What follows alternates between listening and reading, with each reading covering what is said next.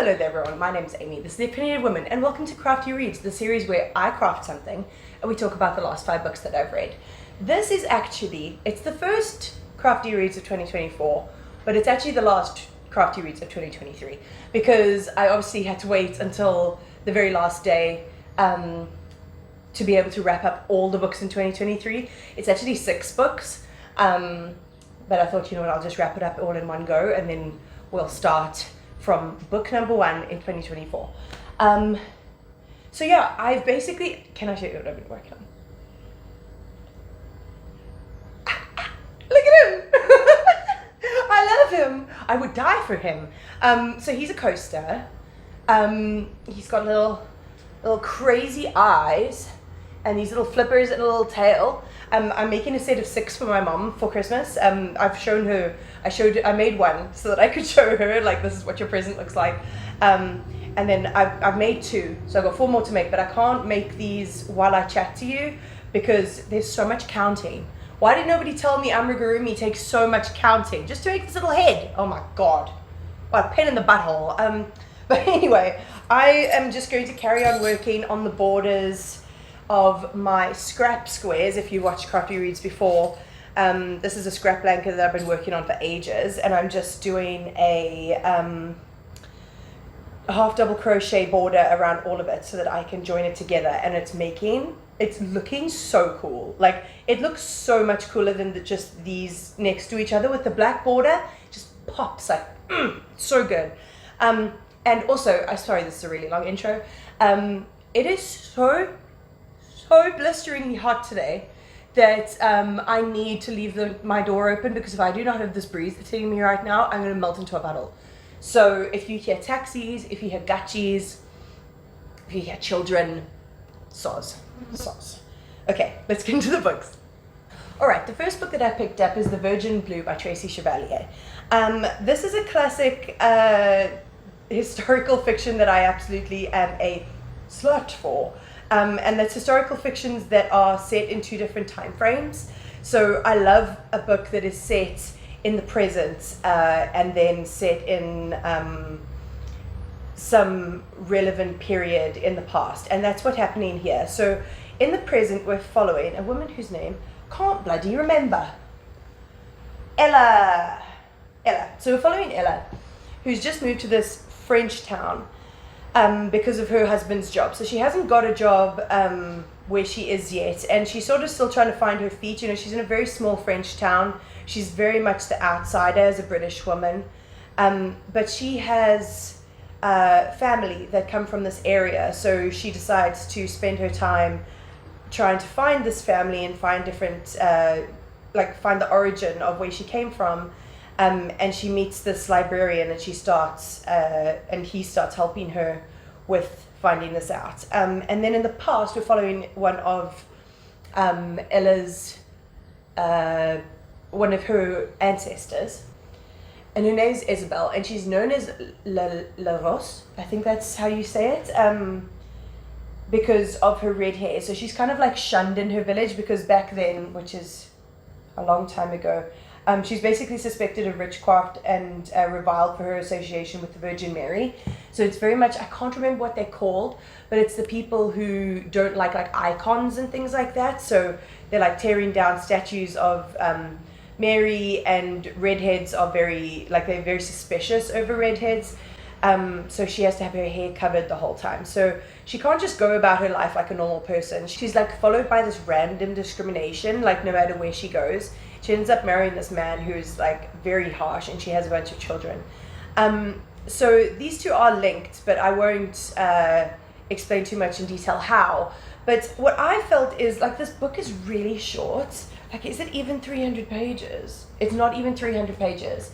And I felt like we got quite a well-rounded look at Ella, but I could have done with a little bit more of Elizabeth, Isabel, not Elizabeth, and like just to get to know her story a little bit more, and to just like flesh things out a little bit more in a bit more detail. I really think it could have done with like 100 extra pages just to like flesh out her character more. But I did like the jumping back and forth. I love the setting in like a small French village.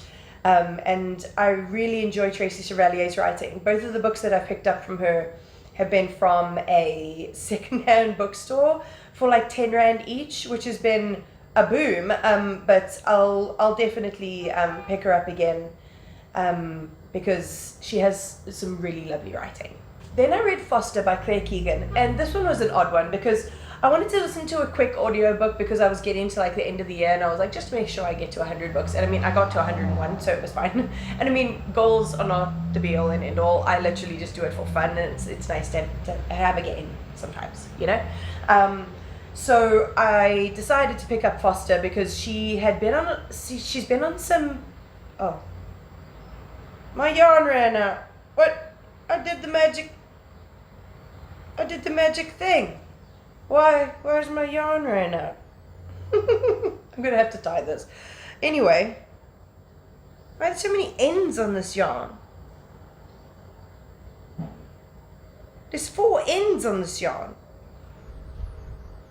5 ends. What? I don't know. Something's happening with this yarn. Anyway,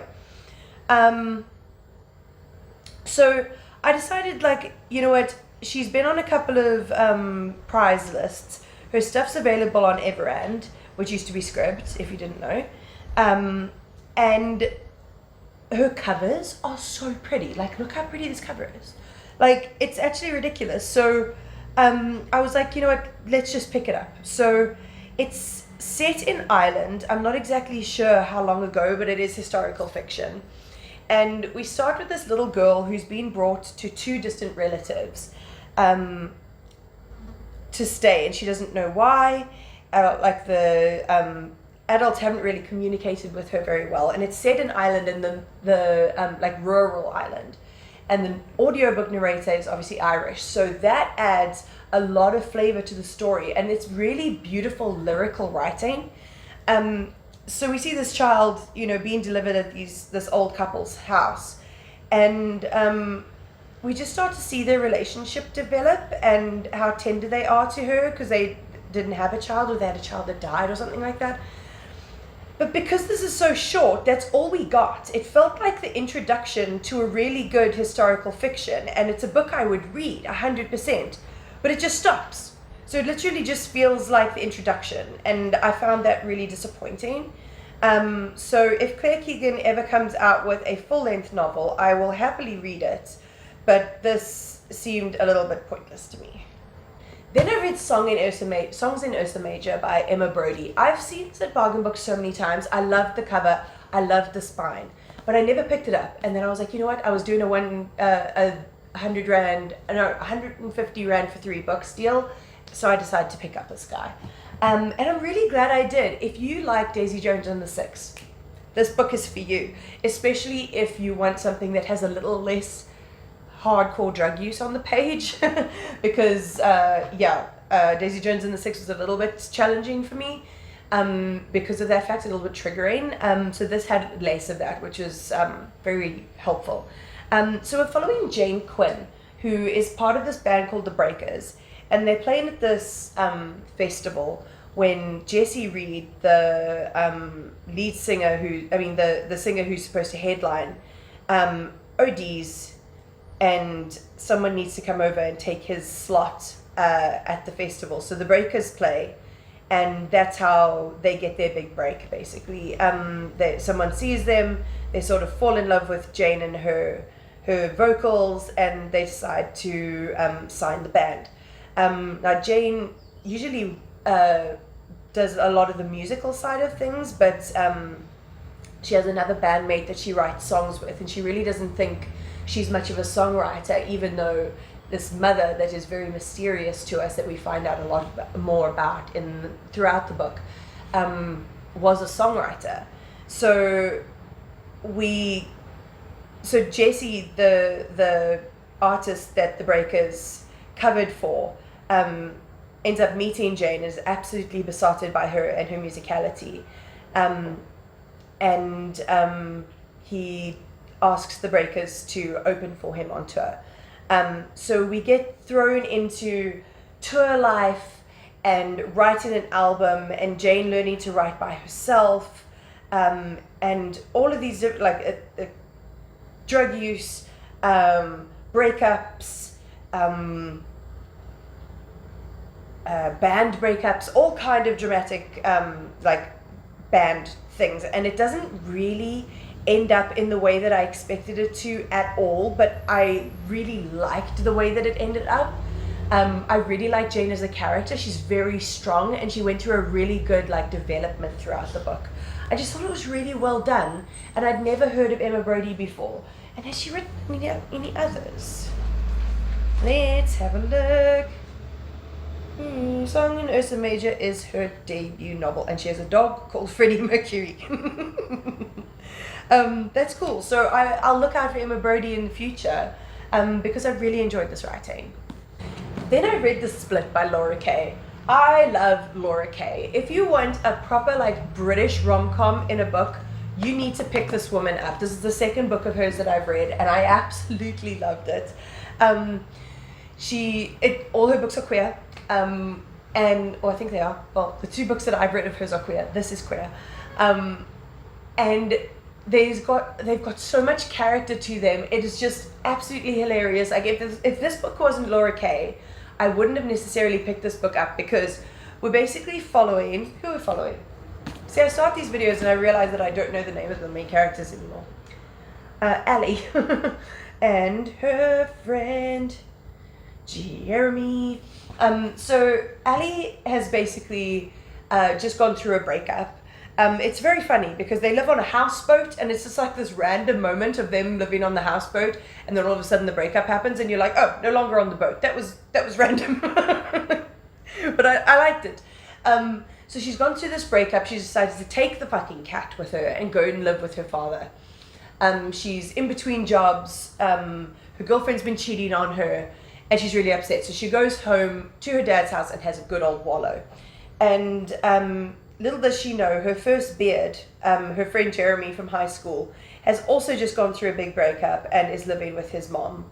And their parents sort of forced them together because they're absolutely sick to death of them sitting and moping in the house all day. So they decide to start being friends. And Jeremy one day, to impress his ex, decides that they should run a half marathon, and neither of them are trained in this kind of thing. This is why I wouldn't pick up the book usually if it wasn't Laura Kay, because I hate running. And runners drive me insane. I used to have a stepmother that was a Iron Man, and her friends were terrible. So I wouldn't usually like the whole running thing, but this was freaking hilarious. They are so unfit and bad at it, and it's wonderful. And along the way, Ali meets this beautiful girl who runs this running club, and works at the running store, and she's very sexy and very kind, and they have a connection. But at the same time, she's going through this big like year-long relationship breakup, so she's very in and out and doesn't know what's going on. And there is a classic third act conflict, misunderstanding, but it gets resolved in a way that's really satisfying. And the book didn't hinge on that relationship. Like, it was a lot more about Ali and her personal development. And I really enjoyed it. It was an absolute freaking hoot. And like all of these books that Laura writes needs to be made into a show or a movie or something, because they're so well suited to it. So yeah, highly recommend this one. Then my 100th book was Portrait of a Thief by Grace D. Lee. Now this book was a tiny bit of a letdown, and it's almost in the same way as The Virgin Blue. This is nearly 400 pages, but I feel like the author could have taken a bit more. They could have adapted the style a bit and made it a bit longer, so we got more of an in-depth look into these characters, because I felt like it was a little bit, we got to look at the characters, but I wanted to know more about them. They were really compellingly written, so I wanted to know more about them, but we didn't really have enough time for that. So this is a heist book, which is not usually a book that I would read, but I decided, since this is about Chinese Americans stealing their native art back, I was like, that's something that I'm very interested in. So I decided to give it a go. And we're mainly following the ringleader. Where's my other square? There it is. The guy who brings this to everyone, like to propose this, is called Will, and he works at a museum. And this company gets hold of them as like, okay, we will pay you however many $1 million to steal these five zodiac heads that are located in 5 different museums throughout the world. And he puts together a team of other Chinese Americans that have different skills, like the getaway driver and the hacker and things like that, or people that he has like a connection with in some way. But this book is not really about the heists. The heists are kind of secondary to it. It's more about all of these characters, these 5. Is it 5? 5. Yeah, there's 5 of them. And it's more about their interpersonal relationships as they plan these heists, and about each of their relationship as Chinese Americans to China and the art of their like homeland kind of thing. So that's what it's about. But the thing is we get a perspective from every member of the team's point of view. So I just feel like we didn't get into the nitty gritty with them enough. It felt a little bit surface level, where it could have been like dug a little bit deeper into things. I feel like what she did, she wrote really well. I just wanted a little bit more detail, you know? But it's definitely a really interesting topic. I love the fact they included stealing from the British Museum, like the biggest robbers on the freaking planet. Yeah, it was well written, and I would definitely read the author again, but I just feel like I wanted a bit more. And then the last book, my 101st book, is Ophelia After All by Racquel Marie. This is a classic coming-of-age queer YA, and it's from a Cuban American's point of view. Like, if you watch my last Crafty reads as well, I also read some Latin YA, and it just hits different. Like, it's like, if I'm going to read a romance, it has to be queer. If I'm going to read a YA, it has to be queer and preferably BIPOC, because they're just hitting for me at the moment. Like, I don't know what it is about the books that I'm picking up, but they are fucking hitting. So this is a really wonderful examination of a young girl realizing her sexuality, and realizing it all of a sudden. It's not something that crept up on her. It's just something that sort of happened, and then she's like, oh damn. And that's really relatable for me, because I was boy crazy, just like Ophelia is described as. Everyone describes her as boy crazy. She always has a crush on someone,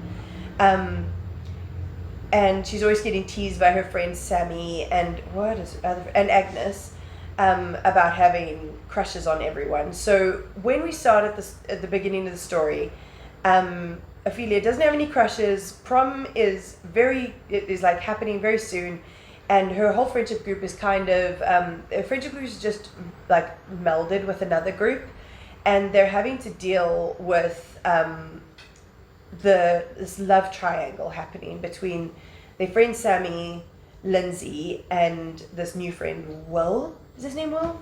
Me forgetting all the names. I think it's Will. Wesley. It was a W, okay? And this guy Wesley. So everyone's all caught up in that, but at the same time, Ophelia meets this girl called Talia, who's been at their school for a little while, and she is just absolutely besotted. And she's never considered the possibility of being queer before. It happened again! Why is this yarn in pieces? Why does it look like this yarn has been cut? I didn't cut it. Oh my goodness. I'm just going to have to be doing magic knots till the cows come home. Bloody hell. Bloody hell. Anyway, but what I loved about this book is that there's a lot of character development. We see our characters going through a lot of things and making the wrong decisions, having fights with their friends, and then finally, coming to the resolutions, like a good coming of age does. Ophelia is also absolutely in love with gardening, and she's really obsessed with her roses, which I really liked. Like when I finished reading this book, or was about to finish reading this book, I went out and gardened in my own garden. It got me inspired. But I just felt like, I'm not going to tell you which tropes this book subverted, but it subverted a couple of different things that I didn't expect in a YA, because they're so common. But I mean, one thing that I can say is that they don't use, she doesn't really use like very blatant labels by the end, which is really cool, because at that stage when you're really new, you might not know what your label is, or you might not be a person who labels work for at all. So it's just one of those things that's, usually quite prominent in YA, but this one left a lot of room for subtlety, and I really enjoyed that. So yeah, Ophelia, after all, was worth all the hype. And that is it. That is my last Crafty reads for my books of 2023, but the first episode to come out in 2024. I hope you enjoyed it.